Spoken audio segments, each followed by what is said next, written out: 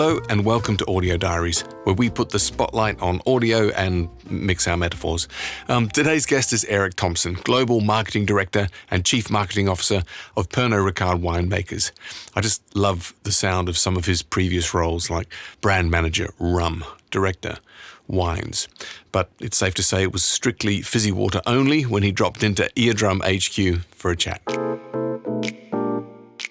So, Eric, thanks for joining us today. Thanks for having me. Let's start off with, from your perspective, what would be the brand that you think within the Pernod Ricard range uses audio most effectively? Yeah, for me, the Jameson Irish whiskey is the one that I think is the best example. From a Jameson perspective, what the brand's done really successfully, both in this market and other markets such as the US, is worked to ensure that local relevancy and music being the key component to that. Not just from an advertising perspective, but trying to create an ecosystem for the brand, really focused on the consumption occasion. So is there a particular style of music that's usually featured if, I know there's the curation and helping support Australian artists, for example. Yeah. But is there a style of music that you would use, that you could describe, that would be used most commonly in those ads? In the Australian context, it's about working with local, Australian independent artists. And that can be everything from kind of rock artists to hip hop artists. The target consumer that we're going after has a breadth of music that they listen to. If you heard the tracks on their own, out of context, is there a clue that it would be associated with the Jamesons? There's no melody or no established mnemonic that Jamesons has as such. It's less about a specific mnemonic that you would hear in some sort of traditional FMCG advertising. Yeah. It's more around kind of music as a theme for the consumption occasion. And so for us, it's everything from bands like the Delta Rigs, which are a Australian indie rock band, to more DJ focused music, bands and DJs that our consumer in the market sees as on cutting edge and doing something a little bit different from kind of the mainstream. It's a difficult balance because the reason people love Jameson is because of the link to that historical link, and that it's authentic. It comes from Ireland. That's the home of the best whiskey. For sure. And I think when we're talking about heritage, we definitely look to lean into kind of an Irish voiceover. John Jameson first opened our Bow Street distillery in 1780. And during a recent renovation, we found something he left behind. A long-lost barrel of whiskey, distilled by Jameson himself. Interestingly, though, and that's for more kind of consumption pool advertising. When we're really talking to strategic target, we tend to be more locally focused. Whether it's your turn or not, there's something classic about meeting your mates for a round at the local. They say some miners started the shouting in the 1850s. If you ask me, I think they struck gold. Because no great story ever started with, I was having a Jameson by myself. So when it's my round, my go-to is Jameson Dry and Lime, for something we can all get around.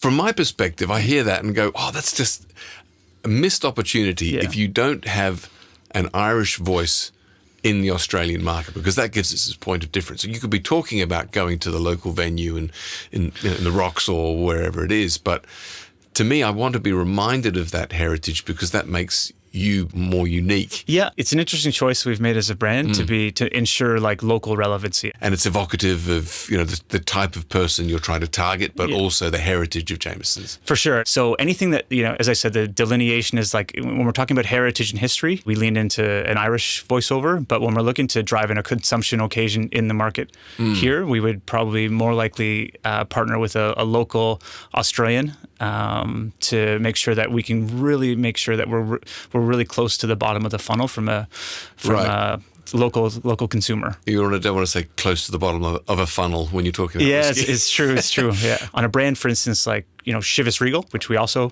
own, the category is obviously much bigger from a Scotch whiskey perspective. Yeah. And that Scottish heritage is actually the lead messaging from a hierarchy of messaging. Right. So we would always use a Scottish voiceover. They tell me I'm just a whiskey, but I'm more than that. I'm a blend. Born from the finest single malts and grains, blended to be smooth with a warm amber glow. I'm a one-night stand you'll never forget. admired by men and women all over the world. I'm not one of these things. I'm all of these things. Mellow, rich and generous. Because blended is better in life and in Scotch. Chivas, blended Scotch whisky. Other brands that spring to mind are Havana Club.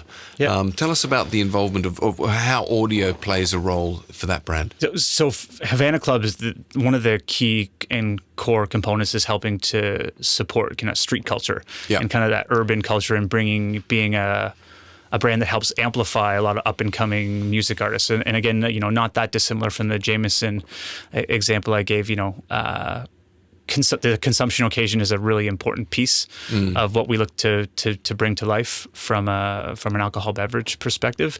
And Havana Club has leaned really heavily into supporting specifically kind of like locally relevant kind of hip hop artists and street culture artists as a core component of their brand. We look to bring that content completely through the line. So, right, and how would you set about doing that? Whether that be the curation of something on a Spotify playlist, or something like a piece of digital content where music is, in terms of hierarchy of messaging, is kind of the lead message that we're looking to drive home. You mentioned Beefeater Pink to me before we started recording. Tell us about that campaign. Yeah, so Beefeater was actually one of the first brands that we activated from an audio only perspective. Yeah, bringing the brand to life from a Spotify perspective.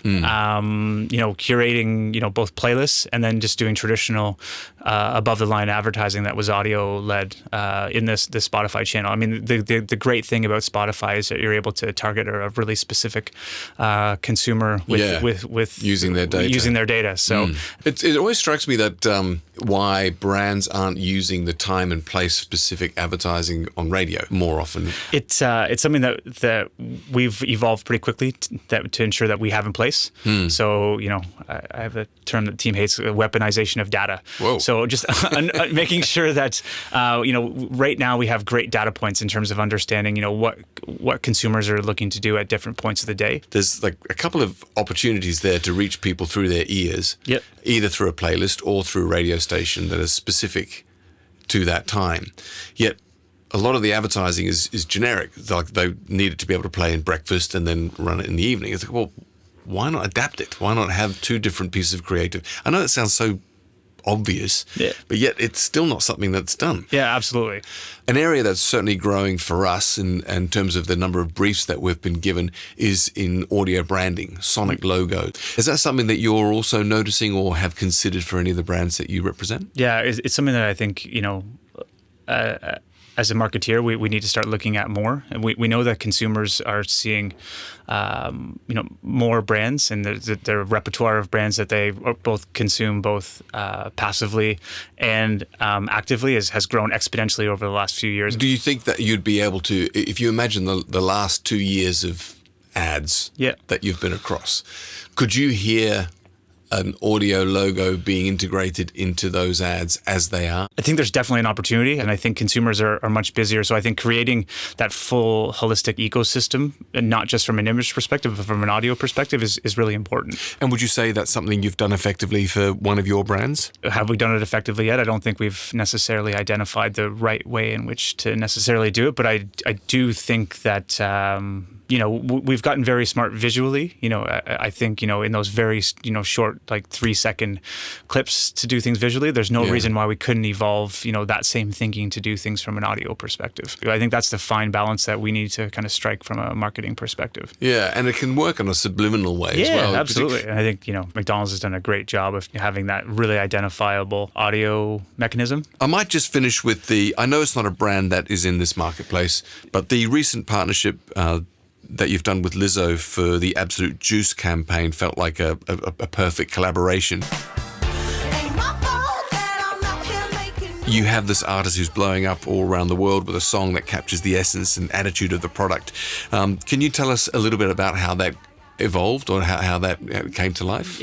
I think it's the perfect storm of identifying an artist that stands for a lot of the things that we do as a brand. As I said, that notion of equality that also happens to have a footprint in that music space where we as a brand look to operate from a consumption occasion. So the identification of an artist that we think effectively embodies our brand beliefs, that happens to have, really relevant music that our target consumer sees as, speaking to them is the perfect partnership for us as a brand. It's such an authentic association, Yeah, absolutely. right? Because it doesn't have to compromise in any way. No. What she's doing, how she is, she's proud and just like, she is who she is, and she's awesome. Yeah, absolutely. And it's exactly what we from an absolute brand perspective want to make sure that we help curate and amplify and talk about that message to consumers. So she's the perfect person to help embody that ethos. Hey Eric, thank you very much for your time today. It's been great hearing about how audio is playing a role with your brands and how it could play a role further down the line. But I appreciate your insights. No, thanks very much for having me. And as always, if you'd like help creating, maintaining, or reviving an audio asset for your brand, get in touch with us at Eardrum. You can email us at info@eardrum.com.au or reach us through our website, eardrum.com. Thanks for listening.